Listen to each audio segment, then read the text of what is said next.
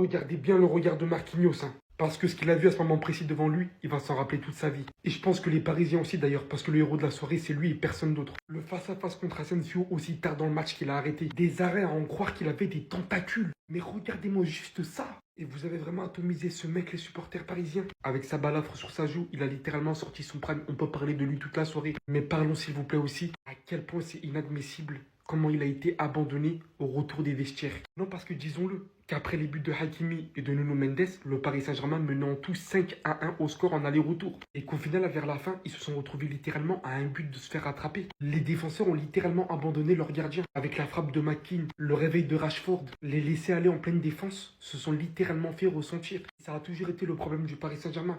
Considérer peut-être ça comme trop acquis, ou peut-être même sous-estimé. On a failli re-entendre le ciel vient de tomber sur la tête du Paris Saint-Germain. Ça aurait vraiment été inacceptable et inadmissible. Il faut vraiment rester dans ce genre de rencontre sur ses gardes. Le Paris Saint-Germain a beaucoup trop relâché, mais quand même se qualifie. Et c'est quand même le plus important à retenir. Sur la double confrontation, c'est mérité. Les vieux démons du Paris Saint-Germain, ils ont ressurgi en fait. Ils sont ressortis, ils étaient tout proches d'entrer dans le stade, hein. Mais Donnarumma, il a dit non, non, non.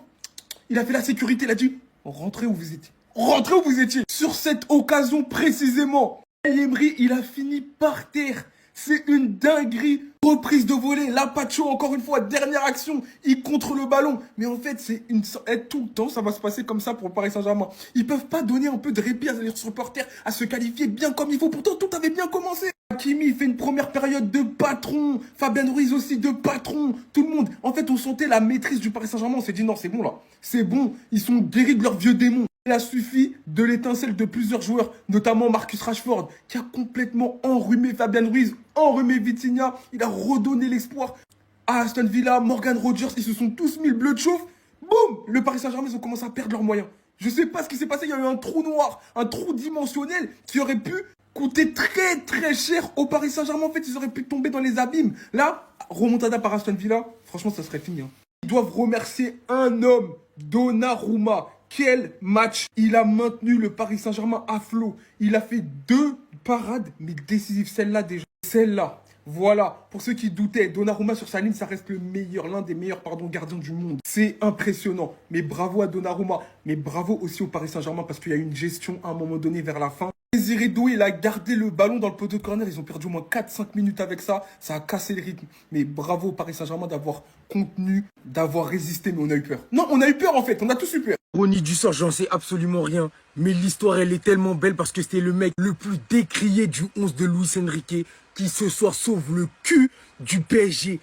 N'ayons pas peur de le dire. Ce soir, sans Donnarumma dans les cages, on parlait de Safonov, on parlait de Arnaud Tenas. Jamais de la vie le PSG passe en demi-finale. Le PSG doit sa qualification à un homme, je suis désolé, c'est à Donnarumma. Vous lui devez tout le respect du monde, les gars. Vous lui devez tout le respect du monde. C'est un truc de ouf ce match. La parade décisive sur la frappe de Rashford. La parade sur Asensio. Et j'en oublie plein. Les gars, ce soir, c'était un game changer. Un game changer. On a l'habitude de voir Dembélé ou Désiré Doué ou Kvaratskhelia marqué. Là, ce soir, le game changer, il était dans les cages du Paris Saint-Germain. Et lui qui aurait pu couler dans la pression. Lui qui se faisait insulter par tout le monde. Tout le monde l'avait mis plus bas que terre et tout le monde l'avait enterré. Tout le monde demandait à ce que le Paris Saint-Germain change de gardien. Il est encore en discussion pour sa prolongation. Il sauve le Paris Saint-Germain ce soir. C'est un truc de malade. Le match qui nous sort ce soir, les gars, c'est lui l'homme du match. Rien à dire. Donnarumma taille patron. Dans les cages, quand t'as un mec comme ça, c'est impossible de perdre.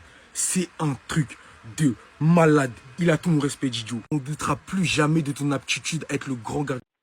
Ah, les amis, les amis, les amis. Le PSG s'en sort quand même. Il s'en sort. Il s'en sort à ça. À ça. Il s'en sort à ça, mes gens. C'est de la baraque, en fait. C'est de la baraque. Comme le dit Cyril Hanouna, c'est Darka. C'est du Darka, mec. Ils menaient à 2-0. 2-0. Ils se sont fait reprendre à 3. 3. Ils ont vraiment eu de la chance. Cette fois-ci, la chance est dans le côté. Ils ont vraiment eu de la chance. Ils doivent remercier grandement, grandement, mais grandement Donnarumma. Ils ont critiqué les supporters parisiens, ils ont critiqué Donnarumma plusieurs fois, mais un nombre incalculable de fois. Cette fois-ci, face à Liverpool, il a montré qu'il était présent.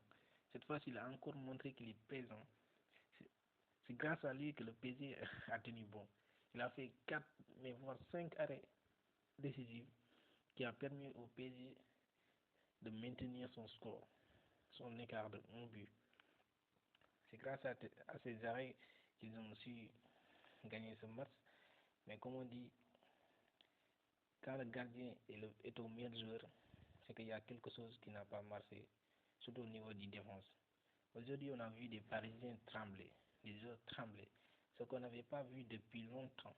Depuis longtemps, peut-être que c'est la faiblesse du championnat parisien.